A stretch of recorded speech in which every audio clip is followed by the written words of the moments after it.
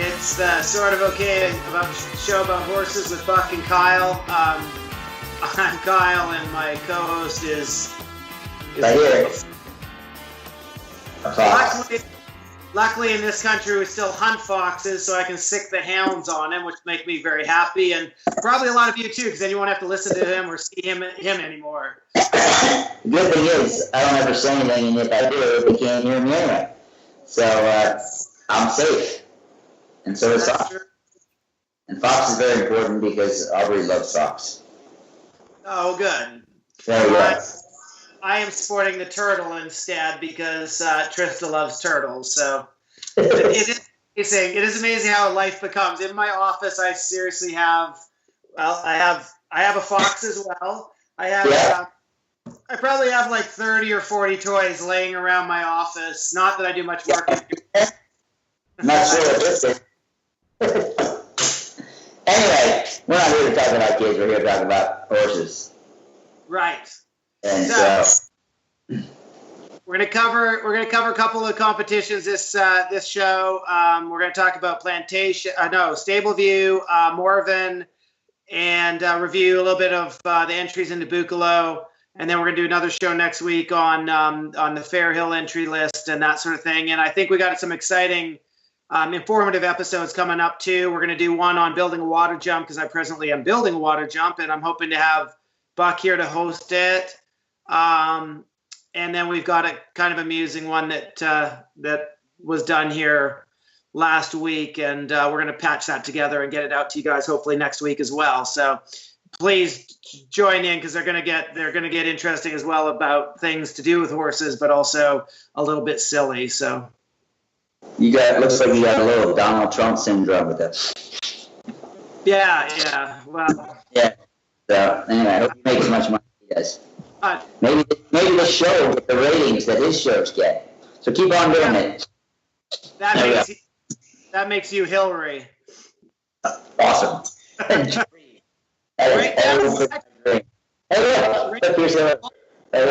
a fox.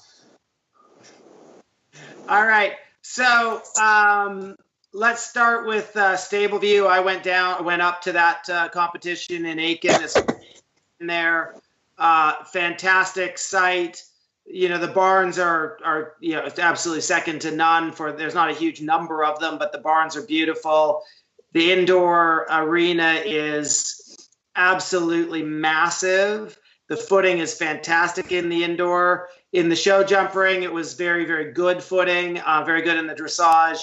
A lot of the dressage in the lower levels was done on the grass, which was still fine. I mean, I didn't have a problem with the footing out there. What was really great to see is on cross country day, cross country morning, the day before cross country, it was a little bit hard to walk the course because they were irrigating and taking care of that footing for us. And I think it paid off pretty well. The footing stayed really consistent through the show. You felt comfortable running the horses and that they weren't going to get damaged doing it. And then as well, they put up a huge purse for the competitors to vie for. Every division had some money in it. I think my training division had like 30 or 40 horses in it. The prelim division had something like that as well. So yeah, you had to work for it, but there was some good options for succeeding and getting something out of it. I don't actually have a problem with the big divisions because it's nice to lie to yourself and tell yourself how great you did when you were third in a division of 6. But when there's 40 people and you get a good ribbon, you've earned it. Obviously, the advanced division, the cross country I thought it was really well presented. There was one question on there that I thought was a little, taking a little bit, maybe a little to the extreme. And apparently they did get the measurements wrong on it, and they adjusted it before the competition started. It was a huge wide open corner after a bank, but I thought that what Mark did there, I thought it was one of his better courses for the first one, and I didn't expect to be excited to run there, but I was really excited when I walked the course. Ends up I didn't get to run there because my horse came off the trailer with a bit of a fat leg, but from what I watched, which I got to watch a lot, I had a kid run in the advanced. It ran really well. The guys that really put the knuckles down still had trouble making time. Only Boyd made time on Steady Eddie. So it was a very good competition, I thought. Will say it was a little bit. It did seem, you pointed out to me that the top 5 are all are local to that area, which it looked a little from the outside maybe a bit slanted in their favor, but I don't think it was. I think they legitimately had the days that put them in the great placing. So you talked to was there?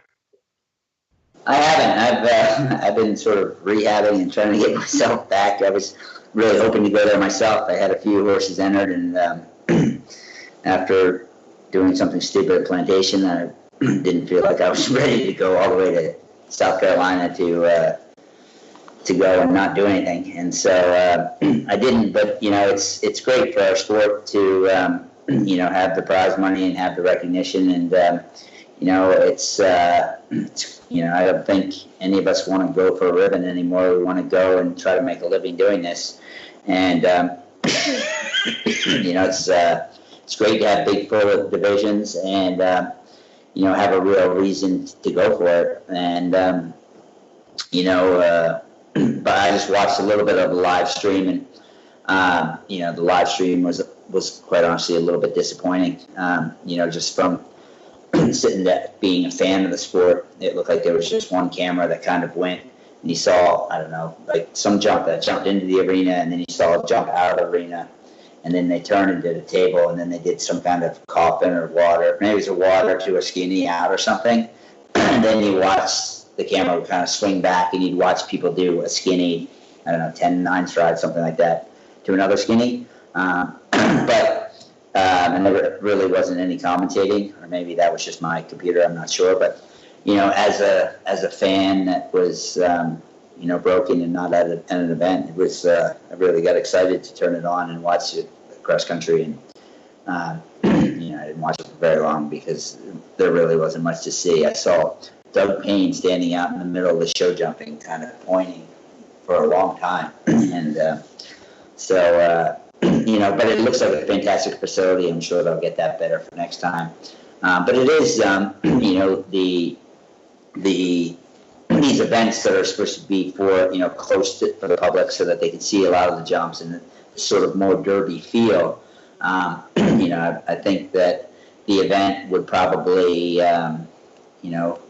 they do everything first rate. I'm sure they would, whether they know the live feed wasn't what they wanted, or maybe it's just me complaining, but so much went so right with that event. As just a fan instead of a rider this weekend, I would have liked to have seen what else there was out there.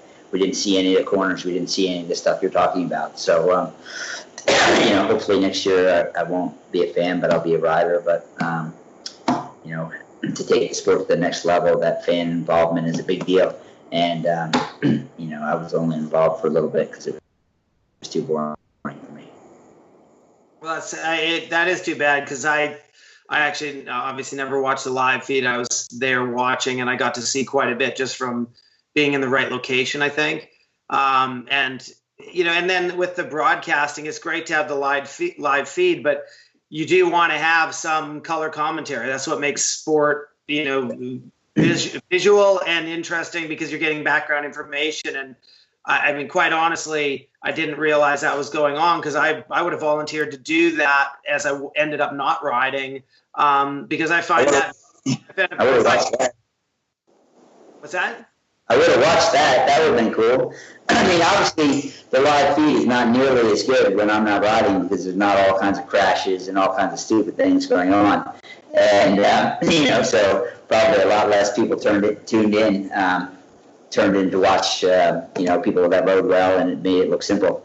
No question, if somebody could have done the live commentary and the color commentary, that would have been awesome. And, maybe as we get older, Kyle, and I keep crashing, maybe that'll be our next gig, I don't know. If your horse gets off a trail with a fat leg and I break my collarbone, we seem to be, we're pretty good talkers. We're not much good at doing anything, but we're pretty good at talking about it. We might be able to actually, with that in play, we might be able to cover every single goddamn event in the country. You go one, I do one. You do one, I do one. And then we'll just see, all year long. We won't sign up for anything permanent. We'll just be like, well, we'll see how the event before that goes. And if I'm out of commission, then I can do your color commentary. Exactly. So we got a future. Except probably nobody would hire us because we've already pissed them all off. And, if I have something nice to say, you're going to rip them. Or if you have something nice to say, I seem to rip them. So, certainly not to take away from the event at Staple View, which is exactly what we're looking for. Just as an out-and-out fan, and if I just clicked on and had no idea how cool the event was and how many great things were going on, you would not have known that. Yeah. So, well, I will say the course wouldn't have been like, for the amount of money that was offered, I wouldn't say the course was, it wasn't extremely difficult or anything. It just, I think for the first run of one, it was very appropriate. That is how you want to enter enter your competition into the ranks, is make sure that the first time there's enough to do, but there's not so much that, that it goes completely off the rails, Yeah. So How are you doing with your collarbone and ribs and rotator cuff and nerve damage and all of that anyways? I'm doing quite well. I'm, I think I was certainly more upset about how stupid a move it was and how stupid, sometimes when everything's wrong and everything you try to fix just makes it worse. That was kind of the deal with me. And, but I was mostly concerned with my poor horse that didn't deserve to fall down and knock the jump over and all that kind of stuff, because all he was doing was what I've asked him to do. And funny enough, I was galloping around thinking, God, Kobe, you're being so good.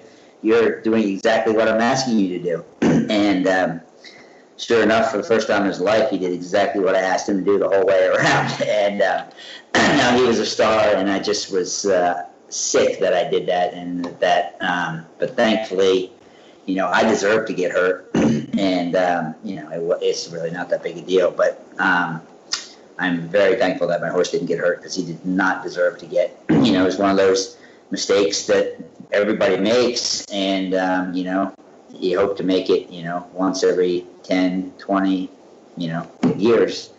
And I made it. And no excuse, no, just thankful my horse is not hurt. And,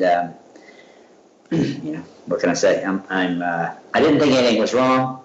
And I started to walk back up the hill and trying to unzip my air jacket. And then there was a pop. And for anybody that's broken collarbone before, you know what a broken collarbone feels like right away. And if you don't know what it feels like, you can certainly know what by the sound of, it doesn't hurt until all of a sudden it moves. And so I knew I'd broken my collarbone. And, so the only thing I did get right on the weekend is when I walked the course with the students and stuff like that, when I used to race ride over jumps.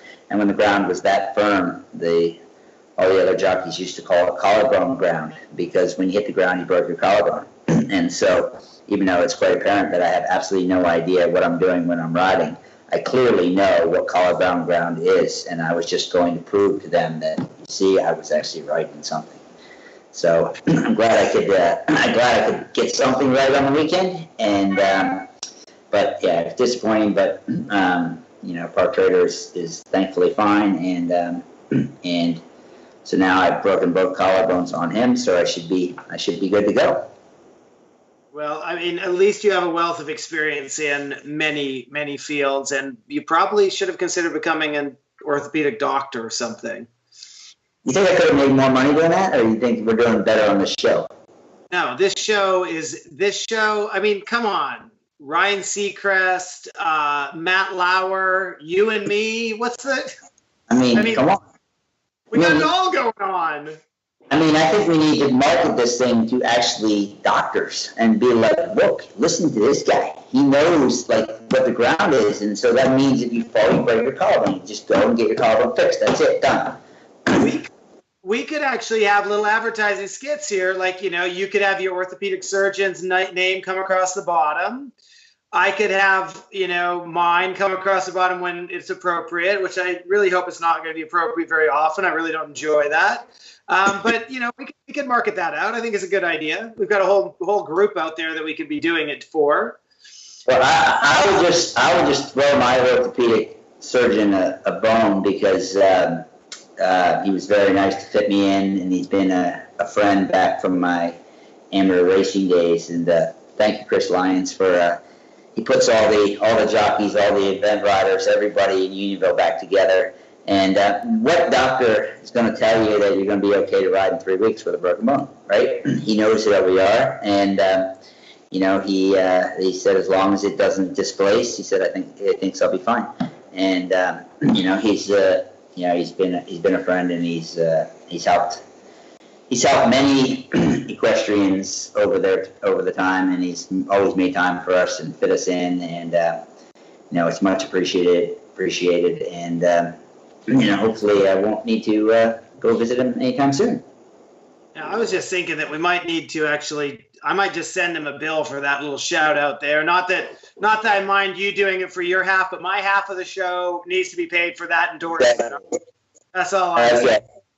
Well, you must have like a head doctor or something that you could give a good record. Actually, no, don't do that, because there's no way anywhere you go see that person. They'll be like, no. Obviously not. I could maybe get paid in the therapy. All right. So last weekend there was also Morven Park on, which I think went down in the records for something that we very rarely see in the sport. So, and that was that nobody finished the advanced horse trial division of that course. And I saw today on Eventing Nation they had a Who Jumps It Best, and who jumped it best? I mean, how do you determine who jumped it best when nobody jumped anything? So I'm guessing that it must be how they came out of the start box. Who came out of the start box best at Morven? Well, I think anybody that came out of the start box must have been pretty good. But what level were they? What level were jumping it best? First of all, and second of all, I texted Kim and said obviously she made it look easy, and I said, what happened, in the advanced section, because the CIC seemed fine. Okay, not very many people ran, but the advanced section, nobody made it, and she just said it got a little bit deep. But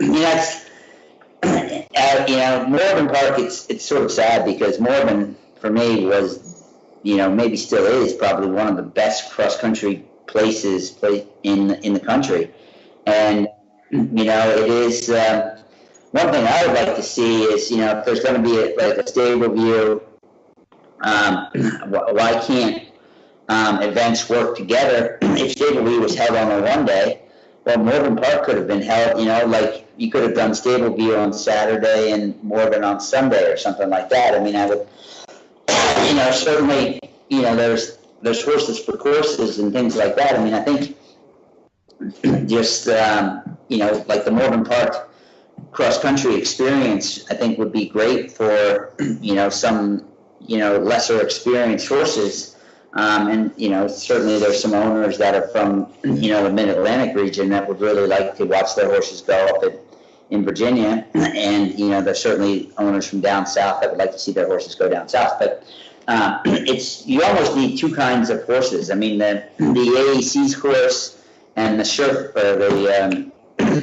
stable view course is completely different from a Morven Park or a Fairhill or something like that. And so you would like to see. I mean, I think we're a little bit on a slippery slope here as far as in America, because obviously the money is great and that's what we want, but the major competitions are still going to be contested like a 3-day event. And, if we turn it into a derby, we've got our own sport. And I'm not saying it's good or bad. I'm not smart enough to have an opinion. But the only thing I do know is Morven Park did not look like Stable View. And Richland Park did not look like the AACs. And so it depends on what horse you're riding as to which course you would like to ride. And so, sort of hope that we can, keep the sport the way it is, and be very careful that we're just not turning everything into a derby, and into the ring, because that's what sets us apart. Yeah, and I think that certainly it was very busy at Stableview.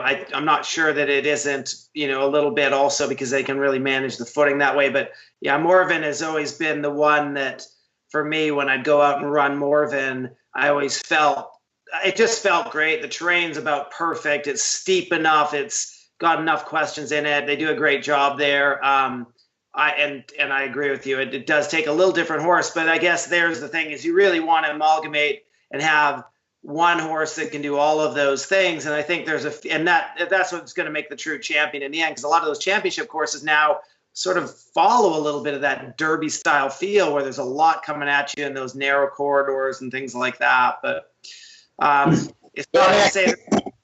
I think Morven too, it's, the problem, one of the problems that they have is it's close to Fair Hill, and it's still designed around, like, I remember when I was a kid, my dad used to go down there and sort of design the courses and stuff like that, and it's still, I think that where it is in the schedule now, they got to knock a minute or two off of it. It's a little, it's a little bit long, and and so year in, year out, there are a lot of people that don't run the cross country. Now, it always seems to be the weekend that the weather turns, and the ground, it's either too hard or too soft or too green or too, whatever. But the course is there, and I think they maybe could take a loop off and make it, because Stableview, it appeared to be sort of minimal, and the 10 days before your 3-day event, you really want to make sure that the horse is doing the exercises and he gets a good work, but you don't want to get him tired, and you don't want to get him sore, and you don't have time to put him back together. So maybe that's something that Morven could maybe concentrate on a little bit, is keep the course, but maybe cut a loop off, and make it shorter. I mean, like, and so that you know what you got. You know that the weather is, the weather's either the ground's going to be either seemingly too hard or it's going to just start to rain. But I think if you made it a minimum distance and all that stuff, I think you could still have a great event, and the horse is feeling fresh, and probably the best work and the best preparation for Fair Hill that there could ever be. But right now, I think everybody's a little nervous that it's maybe a little bit too much, and so they tend to back away from it. Yeah, I'd agree with that.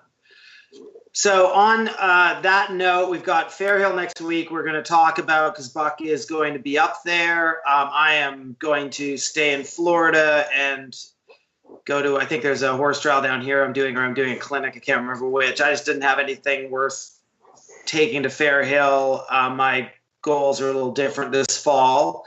But if you're into building things, like you're building a water jump and all that stuff, when the last hurricane came through, apparently I needed a new roof on my house down in Florida. So I just figured the hell of it. I'll just wait till this next hurricane comes in and really finishes the whole freaking thing off. And then, then I'll be down there and I can go to the Home Depot and get some nails and get some wood, and, maybe I'll call my friends or a friend or whatever you are, and, see if you want to give a little help to your buddy, Okay. That would be a good show. Now, I'm just saying. Every time the weather comes through, the last time we had a little storm come through here, which wasn't that long ago, we had 4 oak trees come down. This year we've lost probably 7. This next one comes through, I'll guarantee you there's 5 more coming down. I'm still cleaning up from the last one, so your roof is way down on my list of things to do. Can we use some of that wood from all those trees and put it on my house? Yep, it'll be like the Giving Tree on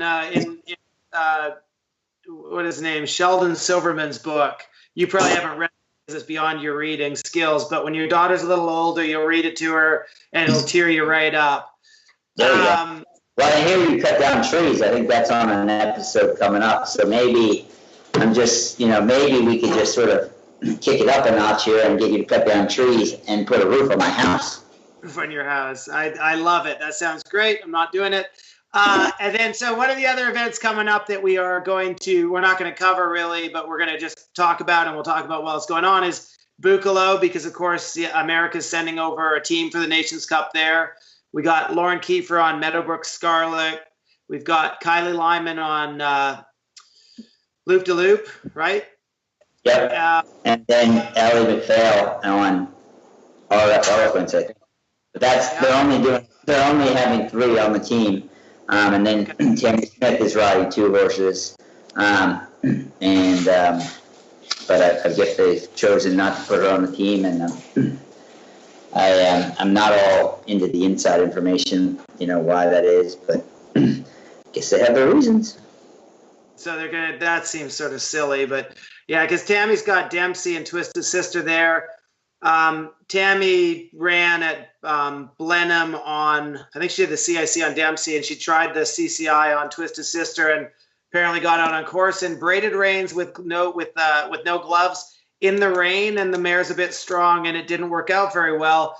Now, to be fair, she is from California, and so she probably hasn't seen rain in 10 years, and it is Tammy. She is from California, and she might not know that rain is the stuff that comes down from the sky, and that strong horses might need a more anchor than braided reins will provide, but I'm sure she'll have learned from her experience, and we'll continue to harass her about that. Those are nice horses. She's a very good rider. She could do, I think, quite well there. Kylie's had a good build up to it. He's a bit young. I think he's 8, so it'll be a good experience for him. But it's going to be, whether he's competitive or not, it's going to be difficult, I think, to be competitive in that field, because it's a pretty good field.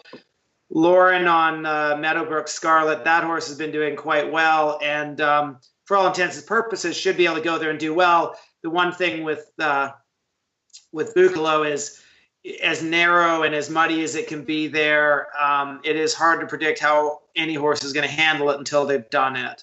And then Ellie McPhail, that's a very nice horse, and Ellie's a very good rider. I think it's going to be whether the heat of the moment, she's able to, keep her cool and get aggressive enough when she needs to get aggressive. So I think that's a little bit still in her learning, and certainly not something that Kylie suffers from, because I've never seen Kylie not be able to sort of kick it up and dig in when she needed to, with a big smile on her face at the same time. So wouldn't you agree with that? Yeah, I would completely agree. I mean, Kylie's a great competitor, and it's a really nice horse. I would say I would be with you. It's maybe a little bit young, but great experience and la-di-da-da. And Lauren's horse, I think it's a super nice horse. It's probably a really good horse round. Buccolo, as far as it looks like it's nice to ride, and Buccolo is very twisty turny, and the gallop lanes are sort of the width of your dining room table. But it's and the jumps, it's not a terribly difficult 3-star, but you do need a horse that's just really nimble and rides around nice. And then Ellie McPhail's horse, I don't know that much about it. I know it can be pretty fancy on the flat, but it can also, like at Plantation, it got a little bit not so fancy. So, got a little bit kind of excited, and so who knows how it's all going to go, and just hopefully we can finish a team. That would be a good thing, and then we can, and then we'll see how we get on from there. Yeah. All right. Well, thanks for coming on the call and doing this show. I'm glad that your head didn't get whacked out this time, just your body, because I like to see you in pain and being aware that you're in pain. Okay, that's it brings joy to my life. I mean, I didn't hurt the face. No, and that's good, because that's where the money is, buddy. The money's in the face.